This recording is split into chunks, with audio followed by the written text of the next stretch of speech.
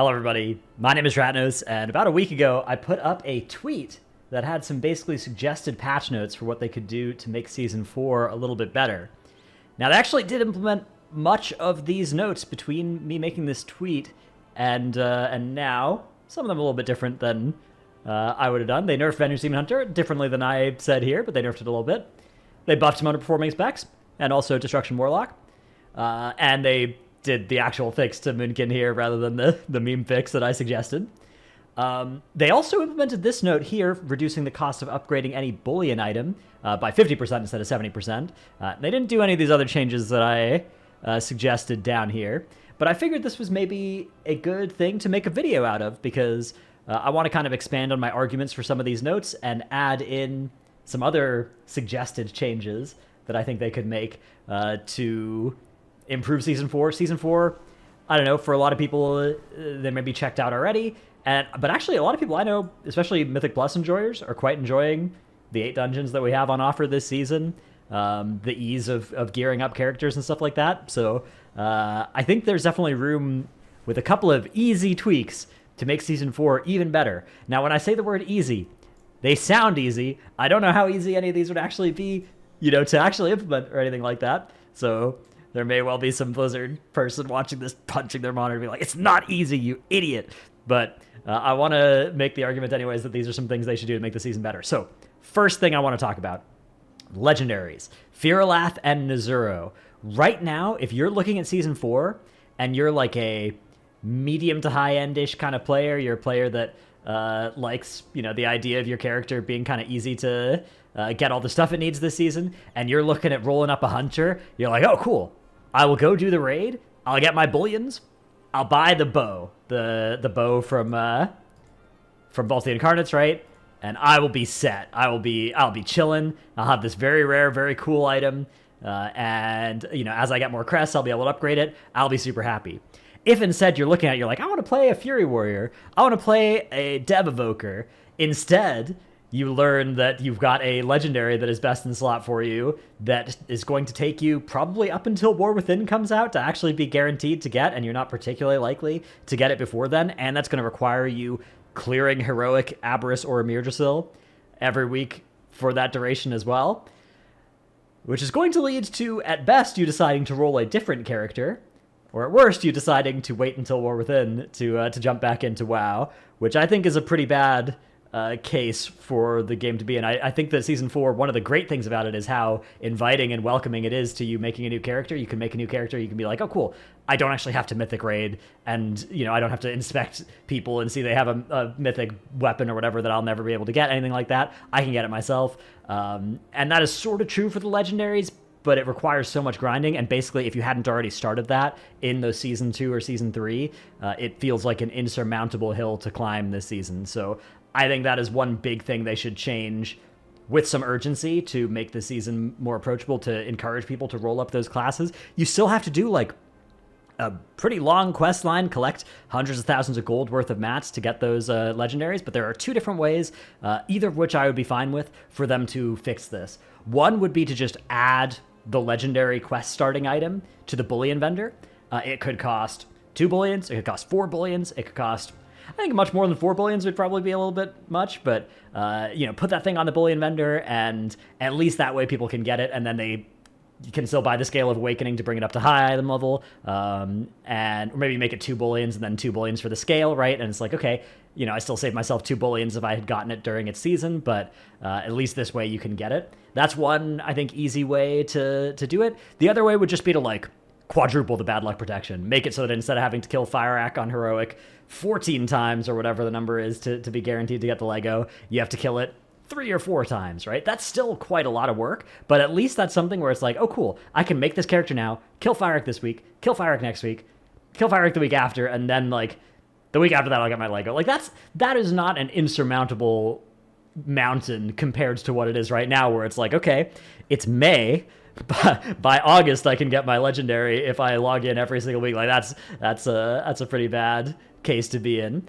Now there may be some people arguing oh, it's not that big a deal, or oh, it's old and power, or it's not old, but it's such a powerful thing, we don't want to devalue people who got it in their respective seasons, but I think with the way these legendaries work, those arguments are particularly weak for this type of legendary. I tend to find those arguments pretty weak whenever they're deployed for anything in this game, but I think in particular with how these Legos work, that is not a good argument. And again, you'd still have to pay like hundreds of thousands of gold in crafting mats and stuff and do all of the quest line, which is quite a undertaking anyways. So I think people would still, feel some friction on rolling up those specs. But I think that removing that big barrier is the thing I would want to do. So that's the thing number one that I would advocate changing is legendary acquisition.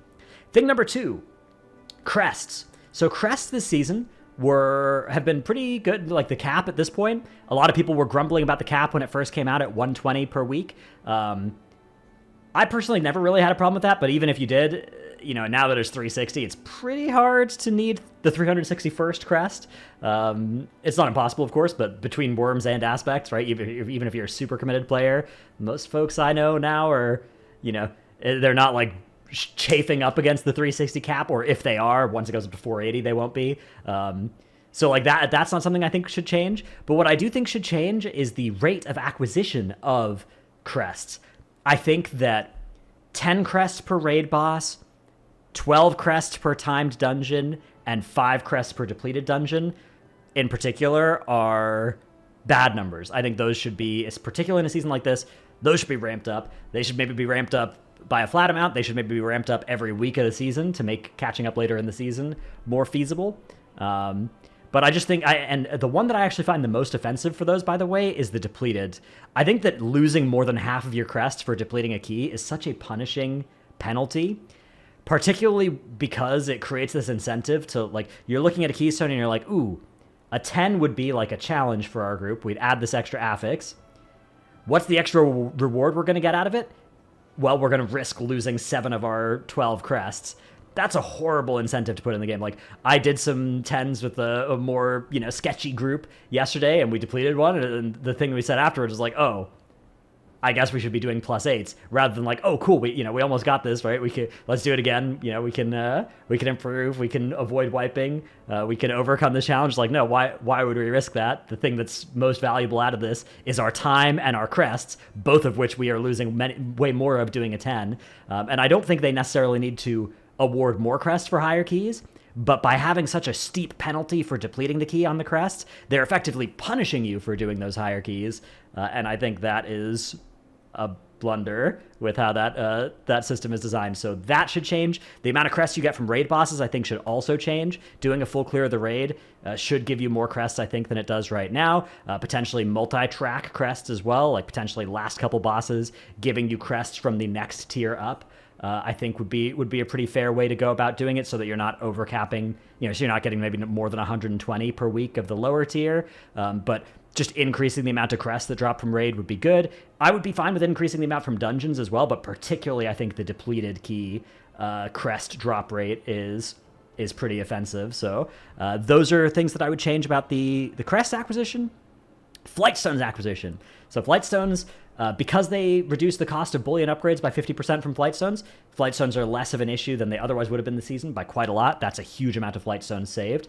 I still think they should go out and stick a bunch of Flightstones on a bunch of world quests. I think that would be the easiest way would be to remove Flightstones as a resource from the game. I think you can make a compelling argument that it's not a necessary resource to have in the game. But failing that, I think if you just took like 20% of world quests and you changed their reward from Dragon Isle supply cash to 100 Flightstones, I think that would be a really good way to make it so that right now you can have these characters where you look at your character and you're like, damn, I need 800 Flightstones to upgrade all my stuff. And you've already done the weekly, which gives a bunch of Flightstones, right? And then you're looking at it and you're like, where do I go and get 800 Flightstones? Like, I guess I'm just supposed to do 40 keys or something? Do like 10 keys or something like that? Do, a full clear of the raid? But if I do that, then I'm going to get more items to upgrade and I'm going to need more Flightstones, right? And so you kind of get in this situation where it's like, okay, I guess I'll just wait till next week and do the weekly again, and that's like a nice big infusion of Flightstones. But if instead those characters could look at the world map and be like, oh, I get 100 Flightstones from here, I get 100 Flightstones from here, right? I get some Flightstones from here. Yeah, okay, let's just go and pick those up, right? Like, you see these world quests here? You get 24 Flightstones from sniffing them out, the world quest, or 21 Flightstones from Shadowflame Snuffer. those numbers are so low. Those should be like, multiply that by 5, multiply that by 10, put it on more world quests, and I think Flightstones would cease to be an issue at all. I think that reducing the cost of the bullions by 50% on Flightstones was enough to make Flightstones pretty close to a non-issue this season, which is good, because otherwise they would have been an issue for a lot of players, but I still think there's no reason for them to be...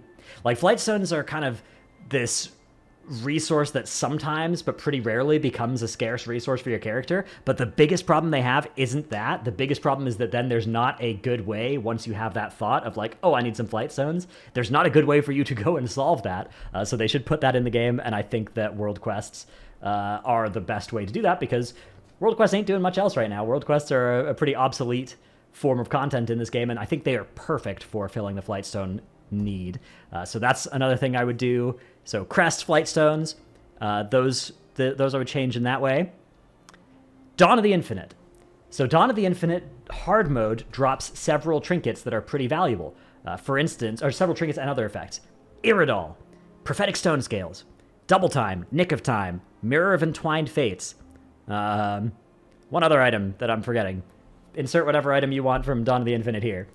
Those items are all pretty good, and you can earn them on the hero track by doing Dawn of the Infinite on hard mode, and you can earn Mirror on myth track by doing Dawn of the Infinite hard mode Deathless, which, A of all, is something not a lot of people know about, and so I think potentially communicating that further, maybe putting a quest in Valdrakken that's like, hey, we're seeking some adventurers that are really, really good to go and do Dawn of the Infinite hard mode, something that just kind of breadcrumbs you to go and do a Dawn of the Infinite hard mode run, I think would be good, because a lot of people, one of the most common things on my stream whenever I'm doing a Dawn of the Infinite hard mode run is people are asking, what are you doing? And I'm like, oh yeah, I'm getting hero track Dawn of the Infinite gear, and they're like, what?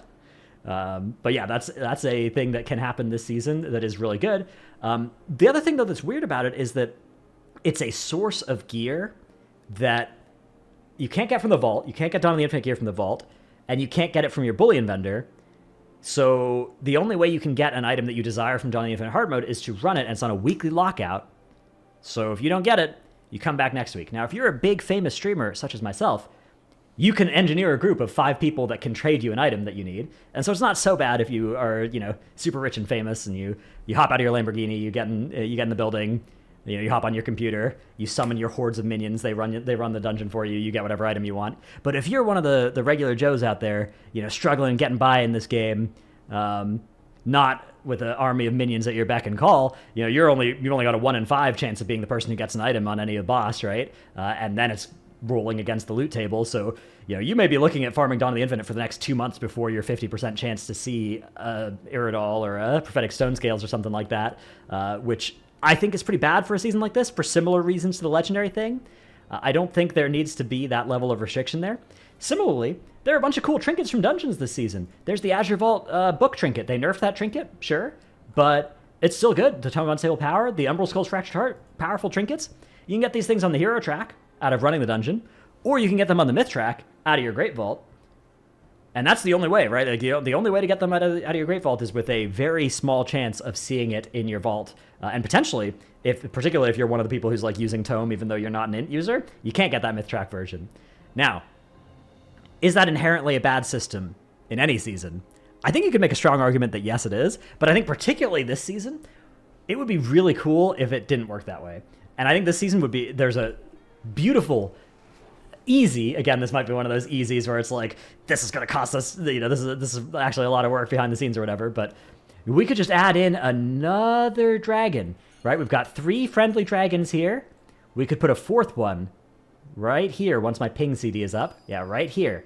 And this one could sell all the dungeon trinkets. It could sell Iridol. It could sell Double Time, Nick of Time, all the Dawn of the Infinite stuff as well. And it could sell Forge Storm, right? Whatever you want. It could sell them on the Awakened track going up to 528.